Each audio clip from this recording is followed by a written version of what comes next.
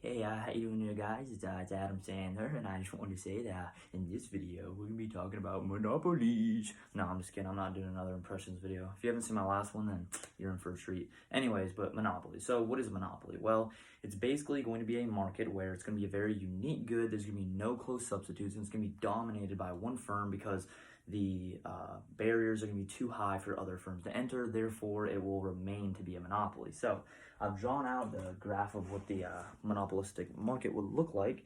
And first, I know it looks like a lot, but I'm going to take it through step by step. We're starting off with the demand curve, like here. It's going to come down.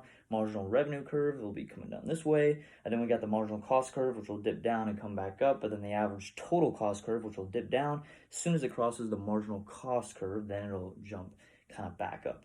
Anyways, so we talk about first, where would the profit maximizing price and quantity be for a monopoly? Well, you start here, you look at quantity 1, and you would think that it would be go all the way up until it crosses the marginal cost, but no, see, it's a monopoly. So what they're going to do is they can set the price very high because that's where the consumers will be willing to pay up at the demand curve. So they can put the price all the way up here, which is going to be at P1, and that is going to result in a very small consumer surplus. It's actually just going to be this little triangle right here. Now that this whole box right here is going to be revenue, we have to look at what the profit's going to be. So what we're going to do is we're going to come up to see where the average total cost is going to cross the marginal revenue, which is right here. So you can kind of put a little line right here. So this is going to be the profit. This side, this part of the box right here will be the profit. I could have shaded it in, but it was too much. There's just a lot going on here. So, I mean, I know you know what I'm talking about, right? So anyways, that will be the profit maximizing strategy. Now, what about if they're trying to maximize revenue? Well,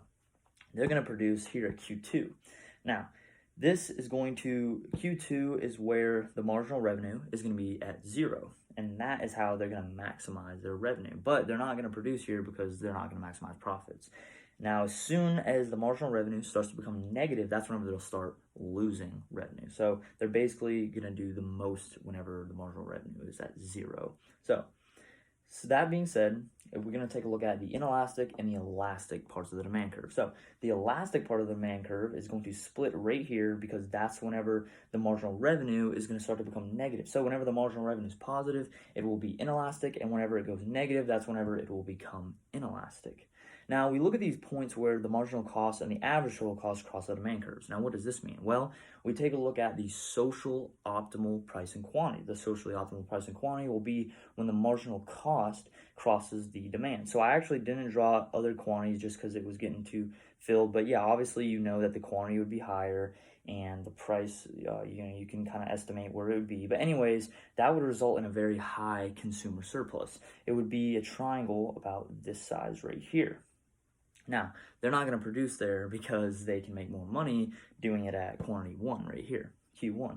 Now, at average total cost, if they were to produce at a quantity here, that would result in 0 economic profits.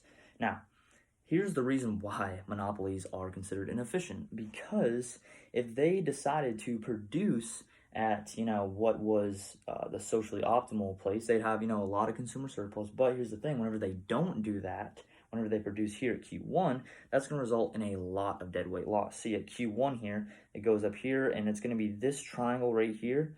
I mean, you can probably see what I'm making with my finger. This whole thing is going to be deadweight loss, which is not good. That's an inefficiency. So what the government could do is they could put a price ceiling right here, the social optimal quantity. Therefore, that is where this monopoly would have to produce. Therefore, it would result in a higher consumer surplus and everything would be good.